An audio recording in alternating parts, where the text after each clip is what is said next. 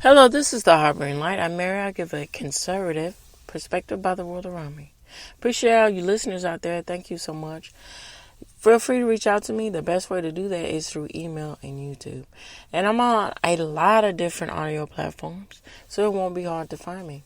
All right, so let's get on to the topic of choice here. I'm going to talk about the aspects of fashion when it comes to Fashion Week and the spring collection, and give some background about it, and I give my thoughts on it too. Here we go.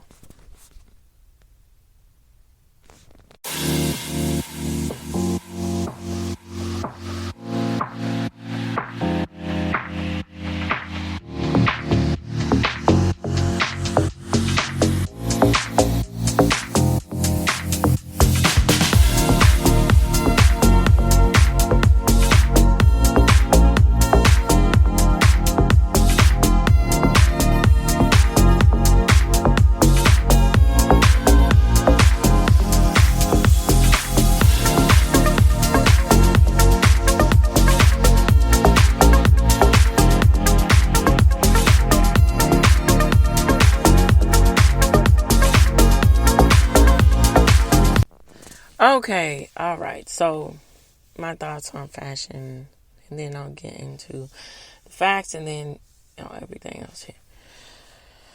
It's interesting with the concept of fashion here, especially how it's viewed now. It's more going on the length of seeing fashion as everyday wear versus where it used to be. When the House of Dior and so forth, and going back to the 50s and so forth, everything was tailor made, very dapper looking. And then in the essence, fashion is a reflection of the time and the culture. And then a capsule of history in itself. And so it's interesting when it comes into the influence that fashion can have on our culture, specifically when it comes to body image. And so, for instance, here, going back to Christian Dior, Givenchy, and so forth, when these houses were really implemented, and then you get the aspects of haute couture, and everything else, They set a example. You can't forget Chanel and Louis Vuitton and all of that, Hermes, everything else that comes in line here. Okay, so they set us as a established image of what the brand means by certain models, styles, choices, and particularly that's what the runway is for, to showcase their brand imaging. It's, like one big party for the brand, you can say, from the most part. So spectatorship is welcomed. And if I'm not mistaken, how it all originated here. How it started is from socialites, oh, this is what they're wearing here, and look at this. And then, it spun off to a fashion being more commercialized when it comes to advertisement.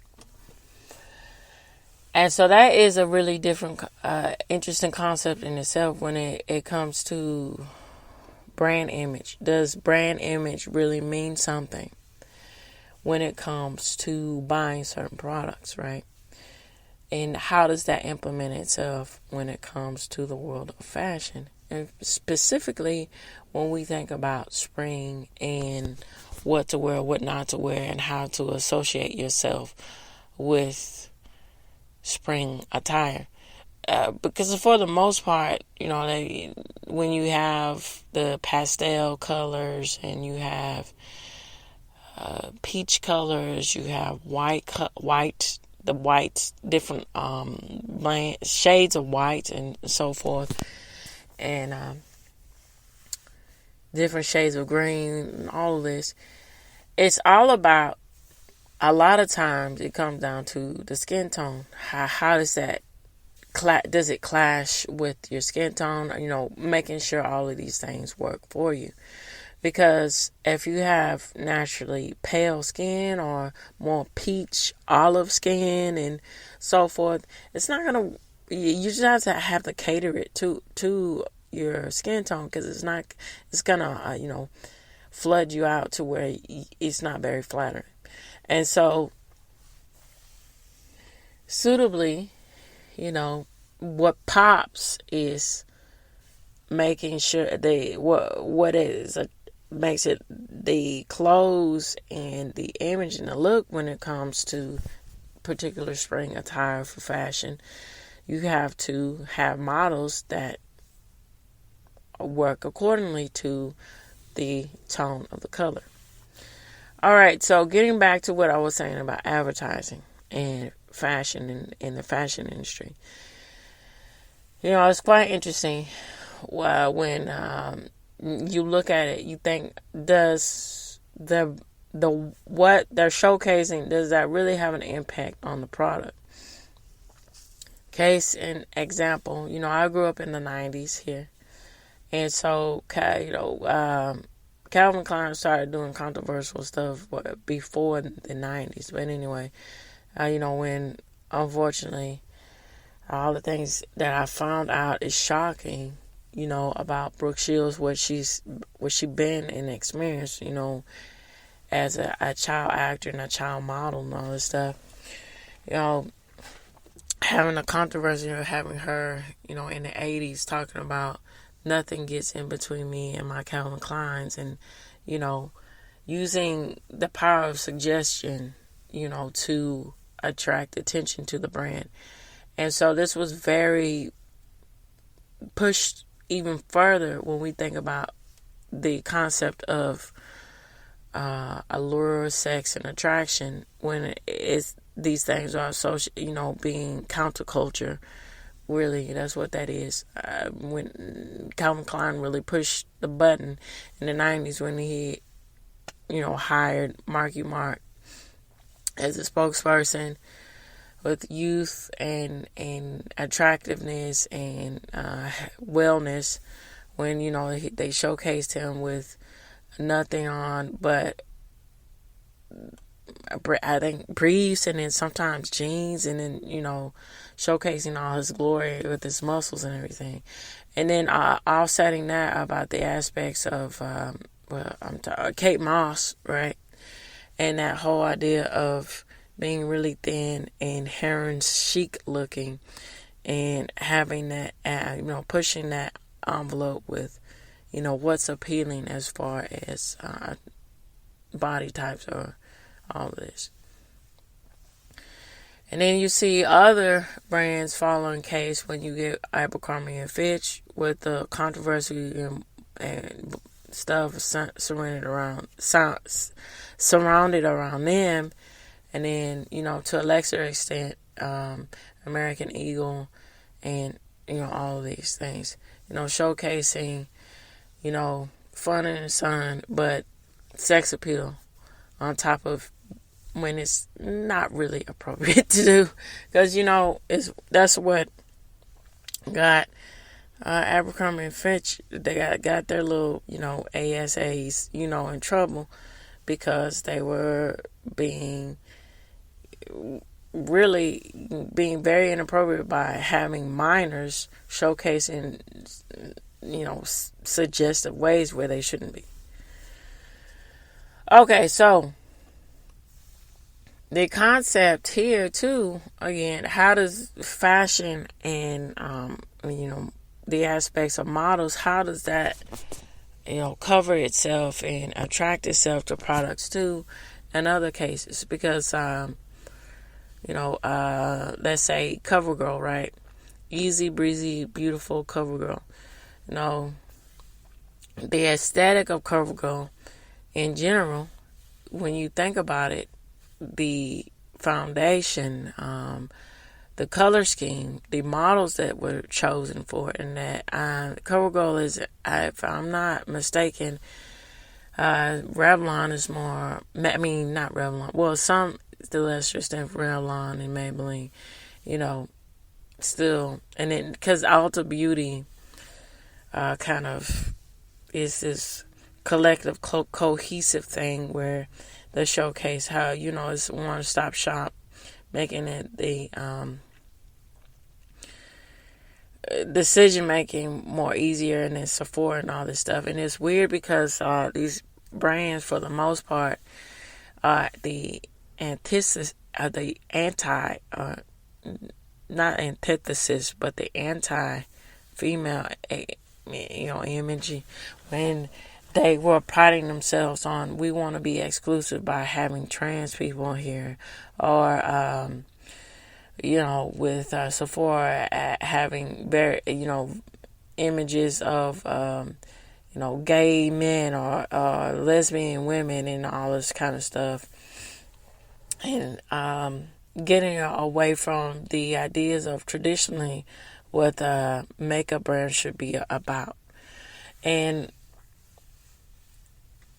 CoverGirl had their footprint and foundation, so to speak, on it, because the product line and the image was, very simple. You have a young, attractive female, young, attractive, where a young teenage girl, that goes without saying, it's kind of redundant. Teenage girl, of course, young, or a younger woman, right? And saying, oh, carefree, spring-like, summertime vibe mentality. And so Christy Brinkley, when she was on the, very in the height of her supermodel image and status here, she really personified the easy breezy California, crisp, clean look, right? And so companies and products who wanted to present that quality, she was the spokesmodel for that. And then later on in her career, you get with the Total Gym and the aspects of image and health and beauty, and then you get the powerhouse that be with Cindy Crawford, Naomi Campbell. I'm trying to think about it, all of them. Christy Turlington, and so forth. And then Kate Moss with the more international look, right? They personified certain images, and then the products that were associated with them fall in line with that. All right, so with all of that said, let's get into the aspects talking about here. Spring Fashion Week, and how its association when it comes to culture. All right, so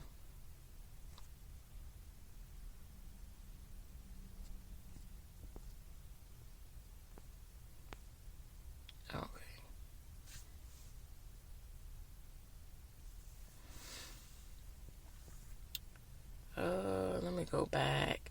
Hold on. All right, so I'm going to start out by saying the fashion system, the fashion seasons explain, okay? So I am going to go into this. Now, what are the seasons in the fashion industry, and how many fashion seasons are there per calendar year? Now, let's go with the summer and spring. And so spring and summer. So this season brings new styles for warmer weather. Now, clothing for spring and summer is often airy and made of breathable, moisture, wicking and or lighter fabrics. Now, casual cotton fabrics and typical linen summer materials are widely used. So the collections feature blouse, skirts, and summer dresses, shorts, and swimwear. are associated with it. Now, the season is often more colorful than fashion, it's common sense because, when you, again, the image and the aspects of what you expect to see in spring and summer is something that is light and airy because it is according to the element of in the weather. Because typically, when it's spring and summertime, it's hotter or more apt to wear, sundresses, or you're apt to wear lighter, more vibrant colors because that in itself helps with not being so hot and all of these things. So they're being more comfortable in the elements here. All right, so because when you get to autumn and winter, you're supposed to, that's weather. You have these certain ideas and associations with it, and then winter parka weather, parka weather, and you're supposed to be wrapped up and bundled up, and then this whole idea and this concept where hibernation stage where it's, especially if you are living in the northern climates or climates where it's more reasonable to see tons of snow. Yeah. So where you have to bundle up, and then you look forward to the spring and the summer because you shed yourself of all that. And then the marketing ploy too, when that's just a personal choice here and a personal discipline of taking all year to be in shape and or work on your body instead of just choosing, hey, how this marketing gimmick is going. Hey, winter is over. Time to get summer body ready, spring ready. Let's, we got to renew ourselves. And it's quite interesting how the concept of naturally, how nature falls in line is cycled into the trends and social expectations for people to fall in line too, and how that circles itself in there. All right, so, and then also in the aspects of resort collection. So, on top of the aspects of spring and summer. So resort and cruise collections are synonymous to dress the elite who holiday on tropical destinations in the end of the year. At department stores in this time of year, you get the aspects of collections now evolved into full-fledged collections of sunny getaways and are possible for water crowds and the commercial air travel. All right, so let's go back.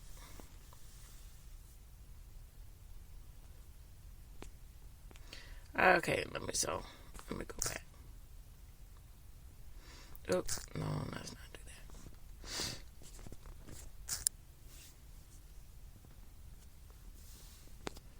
that. Okay, so I had, let me see, spring, no.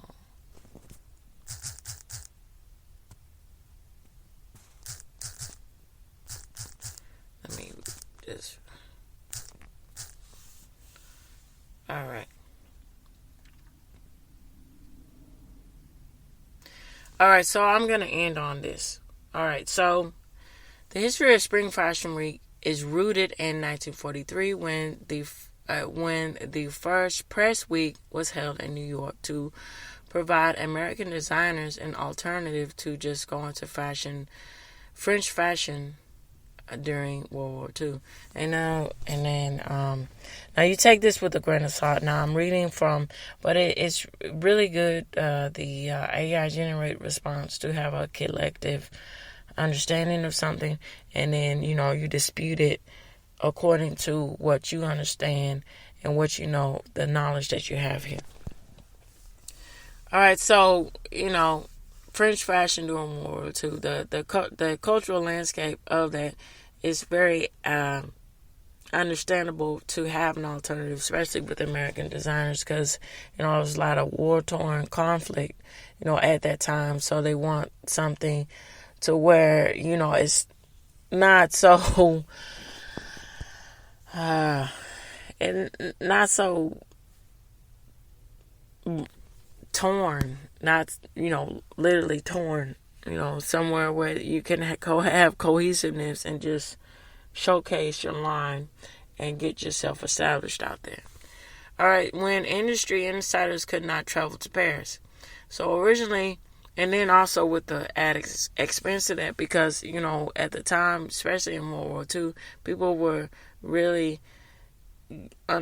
stretching their pennies, and it was really being promoted, to save and everything, because, getting off of the ruins of the 1920s when the stock market crashed, and from the American perspective of everything, and then we get into the Great Depression when people just really struggling, famine and all. It was terrible. And so the idea of stretching your penny and making your penny go a long way was really rooted and understood greatly when we get into the 40s. So that makes a lot of sense. So originally organized by publicist Lenore Lambert to showcase American talent to journalists, this event was successful and eventually evolved into New York Fashion Week, which consolidated under the CFDA in 1993. Now, spring-summer collections are traditionally showcased during the fall fashion weeks, which is held September through November, so that buyers and press can preview designs months in advance, and that makes a lot of sense. So you can be ahead on the trends and have all that sorted out. So when it's time, everything is effective, seamless, and you can just be profitable from it.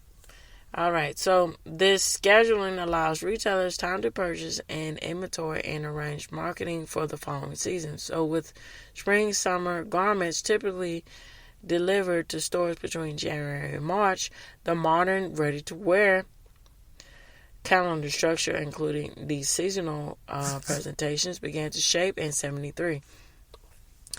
And yes, that makes a lot of sense for this ready-to-wear to be more apparent in the 70s, because in the 70s, it was that time where people were, especially young people, were adjusting, from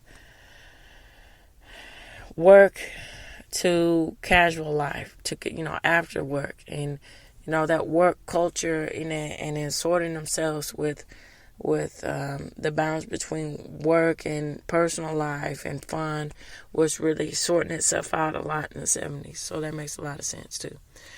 With the organization of Paris Fashion Week by the, I'll do my best to pronunciate this, Federation Française de la Couture. All right, so this reaches the end. I would greatly like to know what you all think. Feel free to reach out to me. And the best way to do that, as I mentioned in the beginning of the podcast, is two ways. Email and YouTube. All right. This reaches the end of the Harboring Light. Tune in, turn up, and definitely take care out there. Bye-bye for now.